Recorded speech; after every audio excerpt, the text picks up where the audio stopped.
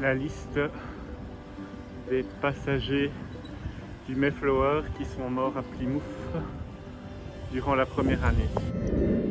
Ce monument contient les os des premiers passagers du Mayflower qui ont débarqué aux États-Unis. Et on a retrouvé, c'était en fait l'emplacement du premier cimetière. Et donc on a, lors des travaux d'excavation, ils ont retrouvé les ossements et les ont mis dans le monument.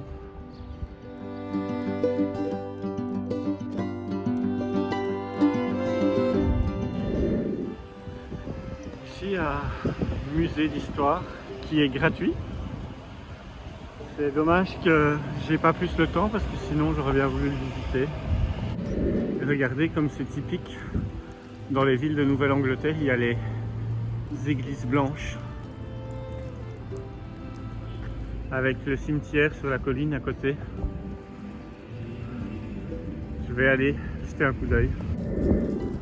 Voilà, Burial Hill, la colline des enterrements.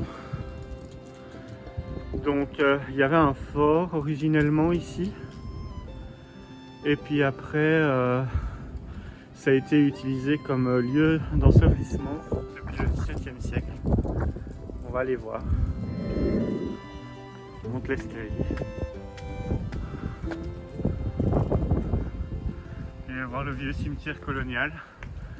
Sans doute des tombes qui doivent dater du XVIIe siècle, j'imagine. C'est assez impressionnant. Vous pouvez voir encore là derrière les maisons en bois, c'est très joli. Voilà une carte du lieu. Donc on est ici en dessous. Et Provincetown, là où on était tout à l'heure, c'est là. Donc on continue à monter les marches pour arriver en haut de la colline. Et je commence à comprendre pourquoi ils ont construit un fort ici, parce qu'on voit la baie. Comme vous pouvez le voir au loin derrière la maison, on peut voir la baie. Donc ça fait sens en fait qu'ils ont construit un fort ici à la base. Et puis voilà quoi, il fallait bien enterrer les gens qui sont morts quoi. Donc tu n'avais pas trop le choix.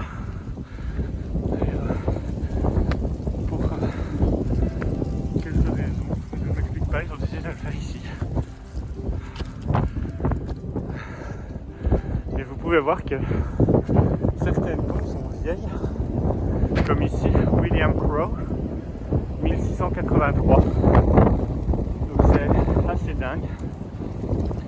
Et ici, je sais pas lire. Je vois qu'il avait 27 ans, mais vous pouvez voir la mer au loin. C'est vraiment impressionnant. Comme vue, je vais prendre quelques photos.